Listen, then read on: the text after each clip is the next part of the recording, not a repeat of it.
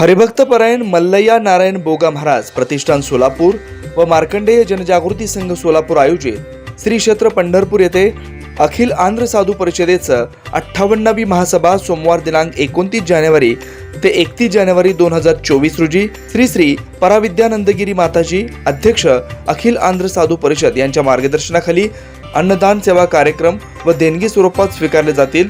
आपले विनीत श्री मार्कंडेय जनजागृती संघ संपर्क किशोर वेंकटगिरी 9552 2186 41। राष्ट्रवादी काँग्रेस पक्षाचे मुख्य प्रवक्ते उमेश पाटील यांनी गुरुवारी सोलापूरच्या दौऱ्यात पत्रकारांच्या विविध प्रश्नाला उत्तर दिले। पुण्यात गुंड गजा मारणे यांनी उपमुख्यमंत्री अजित पवार यांचा चिरंजीव पार्थ पवार यांची काल गाठ घेतल्यानं गाठभेट झाली। याबाबत विचारलं असता एखादा व्यक्ती वाल्याचा वाल्मिकी होत असेल, यामुळे समाजाचं भलं होत असेल तर गैर काय असं म्हणत गजा मारणे यांच्या भेटीचं समर्थन केलंय। हे पहा, सार्वजनिक जीवनामध्ये वेगवेगळ्या पद्धतीची लोक भेटत असतात। आता आपण जे म्हणताय ते गजा मारणेंना भेटण्याच्या करता पार्थ पवार गेले, त्यांच्या घरी गेले। आता ते मला खरं तर अजून माहित नाही की त्यांच्याच घरी ती भेट झाली का, परंतु फोटो माझ्याही पाहण्यामध्ये आलेले आहेत। आता याच्यामध्ये असा एक अर्थ घेता येतो की वाल्याचा जर वाल्मिकी होत असेल तर चांगल्या लोकांच्या संगतीमध्ये आल्यानंतर काही वेगळ्या मार्गाने गेलेली लोक जी आहेत ते जर चांगल्या मार्गाने येणार असतील तर त्याच्यात गैर काय आहे। आणि आपल्याला शेवटी वाल्या पाहिजे का वाल्मिकी पाहिजे? आपल्याला वाल्याचा वाल्मिकी झालेला पाहिजे। वाल्या हा समाजाला घातक आहे आणि तो जर वाल्मिकी झाला तर समाजाच्या उपयोगाचा आहे।